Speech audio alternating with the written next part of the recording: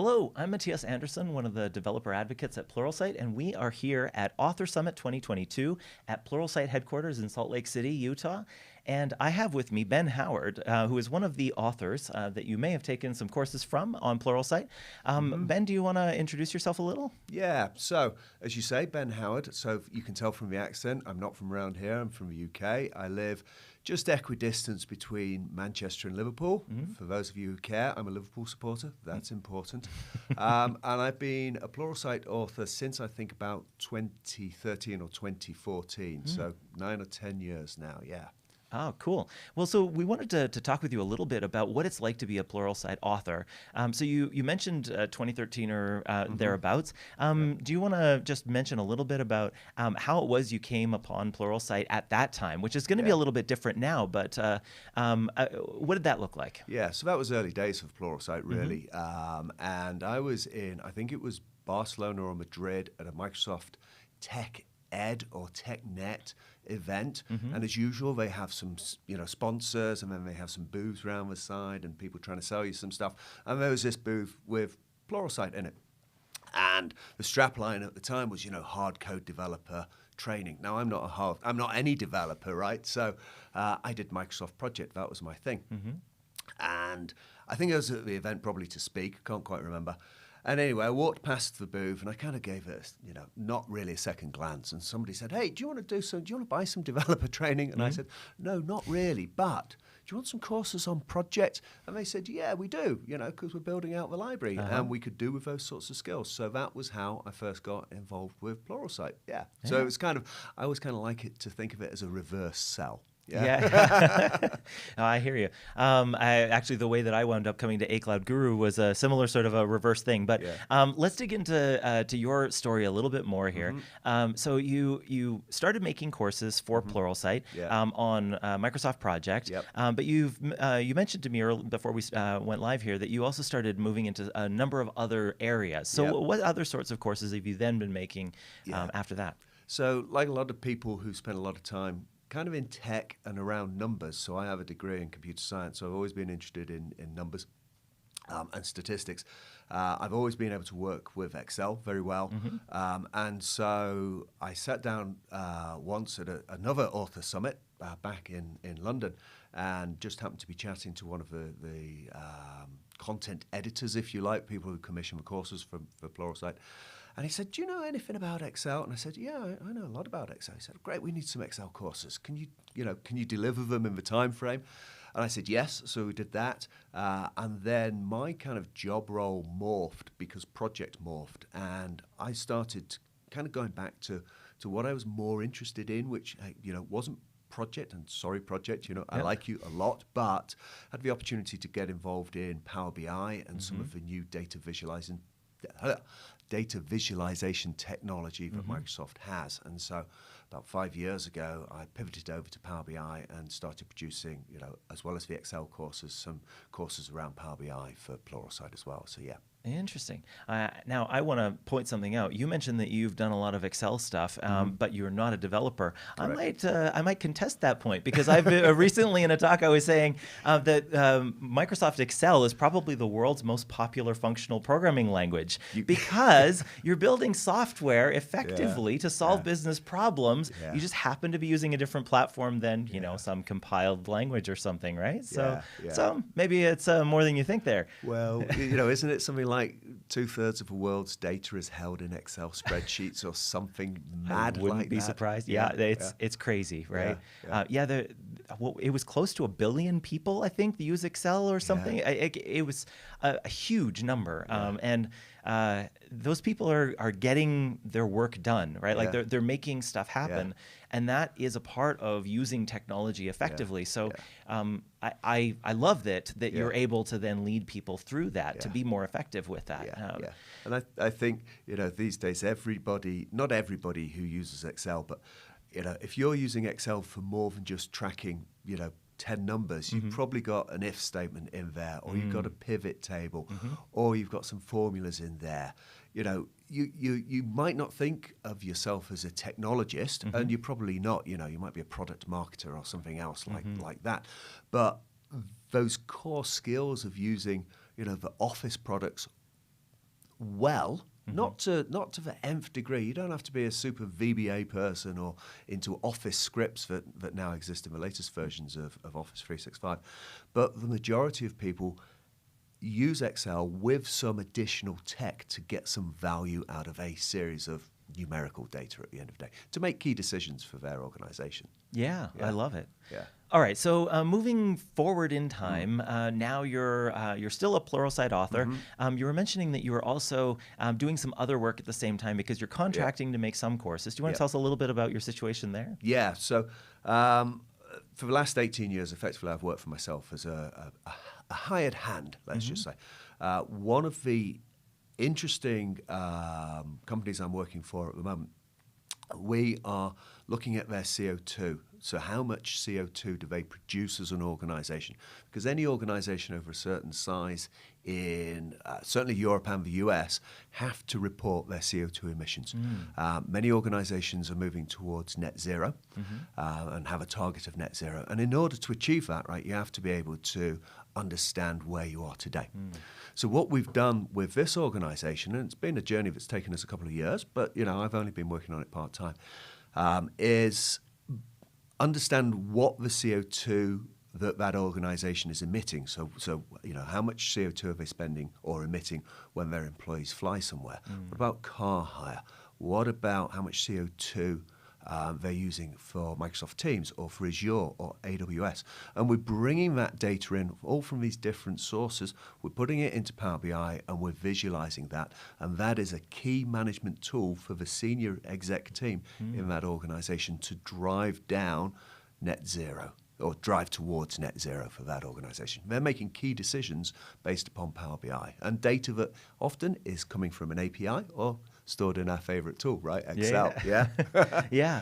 So I guess a couple of the things that I draw out of that is that you're not just working as a Pluralsight author. You're making courses, but you're also staying connected to the industry. You're staying sharp with clients that are asking you tough questions about their situations and giving you situations that you can then pull into some of your courses to be relatable, realistic, and fresh.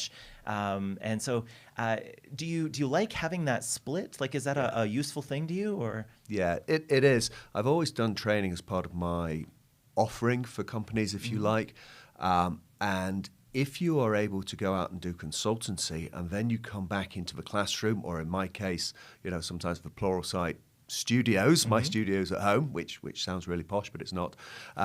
You can then build into your courses kind of the scenarios around those real world not case studies, but those real world scenarios that you've seen out in the commercial world where people have real gritty problems, and you can build those into your courses. That means, the things that I give into my courses in terms of demos, and I know other authors do this as well, is real world. It's likely, or not, it's likely that our Pluralsight customers, if you like, the people who watch the videos, will face similar challenges. And so, it gives them the confidence that what they're seeing in the course can be applied to the real world because, hey, I've solved those challenges using Power BI. I'm now telling you about those challenges in this course. And therefore, that should hopefully give our learners the confidence that they can solve similar sorts of challenges using the similar set of tools. Yeah, cool. So how do you split your time when you're working on courses and you're working on consulting? How do you find a balance so that you can be making progress and meeting deadlines for all sides of things? You learn to say no. Okay. But customers at the end of the day are customers, and they don't stay customers for long if you say no too many times. So with everything, it's about setting realistic expectations, and then, the old cliche, exceeding those expectations. So if I say I'm going to deliver something, to Pluralsight by the end of the month, it'll be delivered by the end of the month, maybe a week early, and I like to kind of give that breathing space. The other thing is when I'm working on a course is I like to really just try and get my head into the course. I need to do a course over 2 or 3 months, right? And that's a fairly intensive 2 or 3 months. And so if I know I've got a course coming up, I'll try and dial down the amount of consultancy I'm doing. But clients still need servicing, right? So I still, set a day, a week aside to do consulting. So that's kind of a way I do it. I work a few late hours as well. Yeah, well, yeah.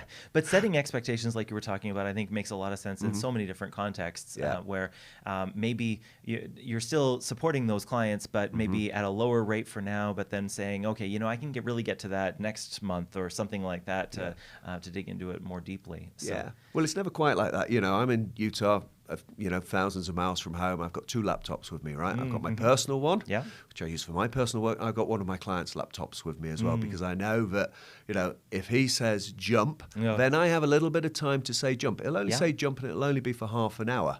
Yeah. But I jump for half an hour, open up a laptop, fix the issue, email it back.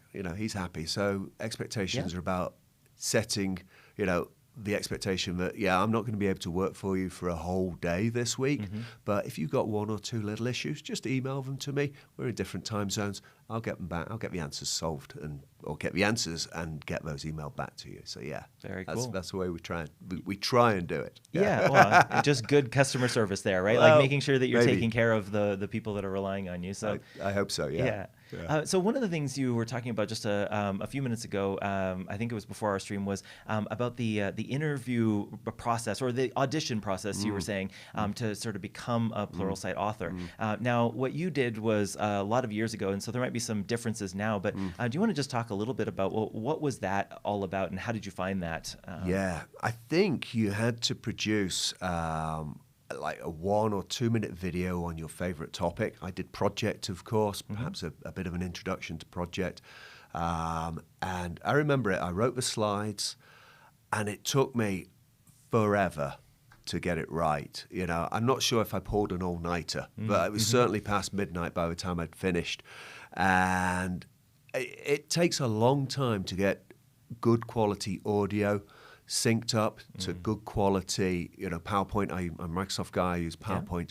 And to get a story that is interesting, that engages your learner ultimately, and to get all of that wrapped up and produced, just took hours and hours for that, 1 minute video. And sometimes it still takes me, I'm not always the best at this, sometimes it can take me 8 hours to produce 5 minutes of video, right? And there's no headshots in that. That's just audio, and it's just PowerPoint. It might be some demos. Normally it's some demos, because whenever you're doing something live, like a demo, that's when it goes wrong, you know? So it can be the most frustrating thing in the world. But what you have to think about, what I think about is it good? If I watched it, would I be happy, right? That's how I put that. That's my kind of persona that I think my learners want to see. So if I think I would be happy, I hopefully have a fairly high bar of quality control. Some people may disagree. But if I think I'm going to be happy, then my learners are going to be happy. And I'll throw away hours and hours of video or hours and hours of recording if it's not quite right. I think that's really such a core thing, that it's the empathy for the people who are learning, that you're supporting them through that learning journey. And at our expense to take the time to get it right so that it scales across all of them as learners. We would rather spend our time than their time to make something that works really well. I love to hear you say that as well, to echo the same thing, because I think it's such a valuable and important part of what it means to guide the learners in their technology journeys. And speaking to other authors here at this event, they all have the same sort of view, So we all want to produce great videos, but at the end of the day, it's not about us. It's about just getting that content out in an engaging way that our customers, Pluralsight's paid customers, those guys that sign the checks and sign up for the subscriptions, so that the video that they watch is engaging, but also gets to the point quickly, because nobody watches a video on Project because, hey, I haven't got anything to do. I'll just watch a video on Project, right? You go and watch something on Netflix or Disney Channel or YouTube or something if you want to be entertained, right? You watch something on Project or Power BI because you've got a goal in your professional life to learn about those things. Just because they wouldn't choose to watch it in their free time doesn't mean it needs to be dull. It still needs to be engaging, because if you're going to spend 4 hours on one of my courses, right, the last thing you want to be doing is thinking, God, this is a bit dull, Ben. Why don't you brighten it up a bit? So we try and make the content and the subject as engaging as possible, given that people aren't coming to watch it in their free, for fun, if you like. They're doing it for a reason, career advancement, or because they've got a project or whatever. Yeah. I think that's a really good point as well, and I think that's probably an awesome point to end it on. Great. But I wanted to give you the opportunity. Where can people find you? Where do you want people to go? Well, I LinkedIn? hang out on. Yeah, you can grab me on LinkedIn. Just search for Ben Howard. Okay.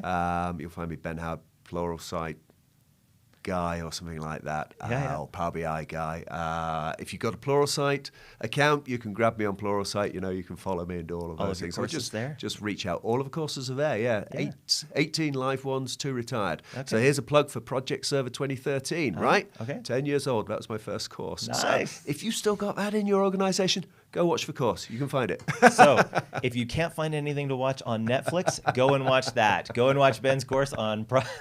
No. Well, yeah, if you want to, hey. Well, thank you so much, Ben. I really appreciate you taking the time to chat with me today. And I wanted to thank you all out there for joining us as well. So I hope you all have a great rest of your day, but we'll have some more live streams coming up shortly, so stay tuned.